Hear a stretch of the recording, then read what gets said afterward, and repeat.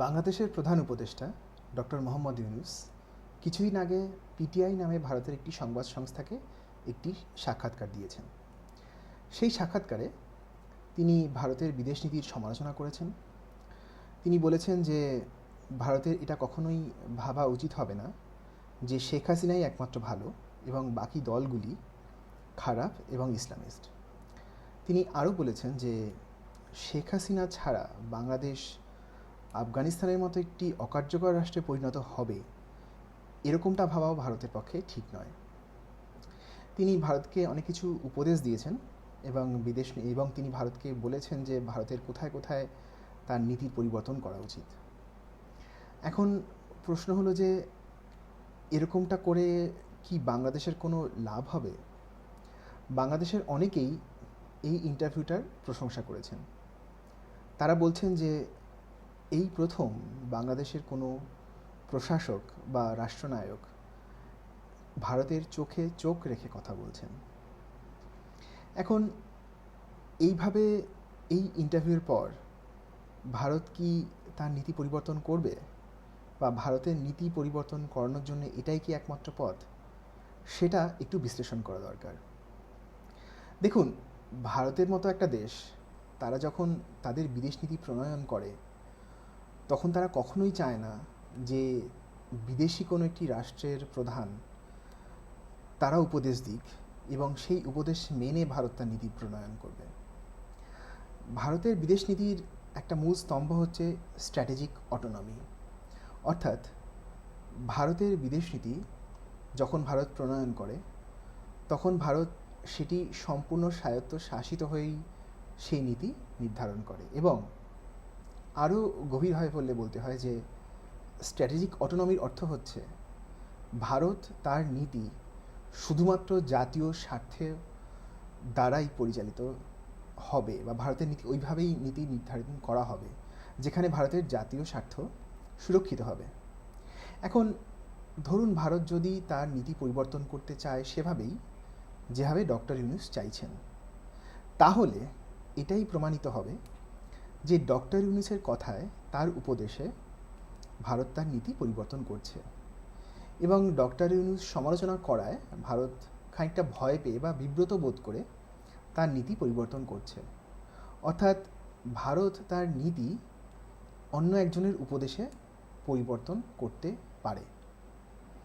এখন ভারত তো কখনোই চায় না যে এই ধরনের একটা কখনো ন্যারেটিভ তৈরি হোক, অর্থাৎ বাইরের কোনো একটি দেশের রাষ্ট্রের প্রধান তাকে উপদেশ দেবে এবং তাতে ভারত তার নীতি পরিবর্তন করবে, এটা কখনো ভারত দেখাতে চায় না।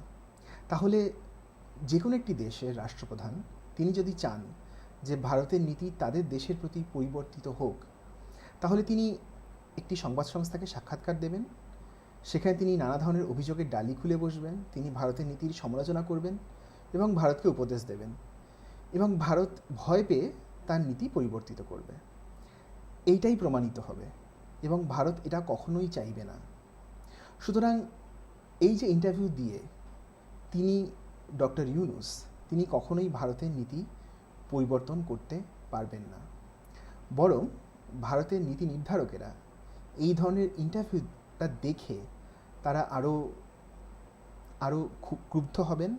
হয়তো তারা ব্যক্ত করবেন না, কিন্তু তারা মনে মনে তারা ভীষণ রেগে যাবেন, এবং তার প্রতিফলন আপনারা দেখবেন যে ভারতের নীতি নির্ধারকেরা ডক্টর ইউনূসকে ইগনোর করছেন এবং ডক্টর ইউনূসের সঙ্গে সাক্ষাৎ করার ক্ষেত্রেও তারা অনেকটা রেস্ট্রিক্টেড ফিল করবেন এবং তারা অনেকটা ভাববেন যে আদৌ ডক্টর ইউনূসের সঙ্গে সাক্ষাৎ করা উচিত হবে কি না, কারণ তারা এই ধরনের বিহেভিয়ার বা আচরণকে কখনোই তারা উৎসাহিত করবেন না। এবং সেই জন্যই আপনারা দেখবেন যে যদিও ডক্টর মোহাম্মদ ইউনূস এবং ভারতের প্রধানমন্ত্রী মোদি একই সময় ইউএসএ যাচ্ছেন জাতিসংঘের কার্যক্রমের জন্য, কিন্তু মোদি হয়তোবা ডক্টর ইউনূসের সঙ্গে সাক্ষাৎ করবেন না। এখন প্রশ্ন হচ্ছে যে ভারতের নীতি যদি পরিবর্তিত করতে হয় বাংলাদেশ সরকারের জন্য, তাহলে বাংলাদেশকে কীভাবে এগোতে হবে? এই ক্ষেত্রে বা বাংলাদেশ বা যে কোনো দেশের ক্ষেত্রেই উচিত হবে যে তাদের যদি কোনো অভিযোগ থাকে তাহলে সেটা রুদ্ধদ্বার বহির্ঢকে অন্তত গোপনীয়তার সাথে কূটনৈতিক পদ্ধতিতে সেই তাদের প্রস্তাব এবং তাদের অভিযোগগুলোকে উত্থাপন করা এবং ভারতকে বোঝানো যে কেন এই নীতিতে ভারতের ক্ষতি হবে এবং ভারতকে এটাও বোঝানো যে কিভাবে একটা পরিবর্তিত নীতি নিয়ে ভারত তার নিজের জাতীয় স্বার্থকে সুরক্ষিত করতে পারবে। শুধুমাত্র তাহলেই ভারত হয়তো তার নীতি পরিবর্তন করার ক্ষেত্রে বিবেচনা করবে। কিন্তু এভাবে পাবলিকলি নিজের অভিযোগ জানিয়ে একটা সবার সামনে একটা মিডিয়াতে অভিযোগ করে কখনো ভারতের নীতি পরিবর্তন করা যায় না। কারণ এই ধরনের যদি কোনো ঘটনা ঘটে সেক্ষেত্রে যদি ভারত তার নীতি পরিবর্তন করে তাহলে একটা ব্যাড প্রেসিডেন্ট সেট হবে এবং সেটা ভারত কখনোই চাইবে না। সুতরাং বাংলাদেশের ক্ষেত্রে যদি ভারতের নীতি পরিবর্তন করতে হয় তাহলে বাংলাদেশকে কূটনৈতিক শিষ্টাচার মেনটেন করতে হবে। এবং দেখুন, বিদেশ নীতি কোনো ম্যাচিওর্ড বা রাষ্ট্রে কখনো মাঠে ময়দানে তৈরি হয় না। বিদেশ নীতি যখন প্রণয়ন করা হয় ভারতের মতো দেশে বিশেষ করে, তখন হয়তো পাবলিক সেন্টিমেন্টকে একটা গুরুত্ব দেওয়া হয়, কিন্তু এটি মূলত নির্ধারিত হয় বিশেষজ্ঞদের সাথে কথা বলে। বিভিন্ন ধরনের থিঙ্ক ট্যাঙ্ক থাকতে পারে, অর্থনীতিবিদ থাকতে পারে, সামরিক ব্যাপার নিয়ে যারা বিশেষজ্ঞ তাদের মতামত থাকতে পারে, ভারতের বিভিন্ন প্রতিষ্ঠানের মতামত থাকতে পারে। মূলত এটি একটি বিশেষজ্ঞ মতামত নিয়ে ভারতের জাতীয় স্বার্থ কিভাবে সুরক্ষিত হবে সেটা ভেবে তবেই এই বিদেশ নীতি নির্ধারিত করা হয়। সুতরাং ডক্টর ইউনূস যে কাজটা করেছেন, তিনি একটি পাবলিকলি প্রকাশ্য দিবালোকে তিনি এই ধরনের অভিযোগ করেছেন, সেটা আসলে একটা কূটনৈতিক প্রজ্ঞার পরিচয় নয় এবং সেটা খানিকটা অপরিণত কূটনীতির একটা পরিচয়। সুতরাং বাংলাদেশ রাষ্ট্রকে যদি তার জাতীয় স্বার্থ সুরক্ষিত করতে হয়, যদি ভারতের সাথে তার বিদেশ নীতি পরিবর্তন করতে হয়, তাহলে তাকে পরিণত মনস্কতার পরিচয় দিতে হবে। এই ধরনের নির্বোধ কূটনৈতিক প্রজ্ঞা রাখলে চলবে না।